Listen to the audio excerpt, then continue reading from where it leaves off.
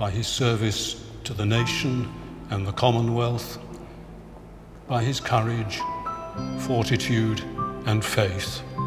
This humour and humanity. The clouds are piled up and the hailstones broken. In the name of Jesus Christ, who suffered for thee, in the name of the Holy Spirit,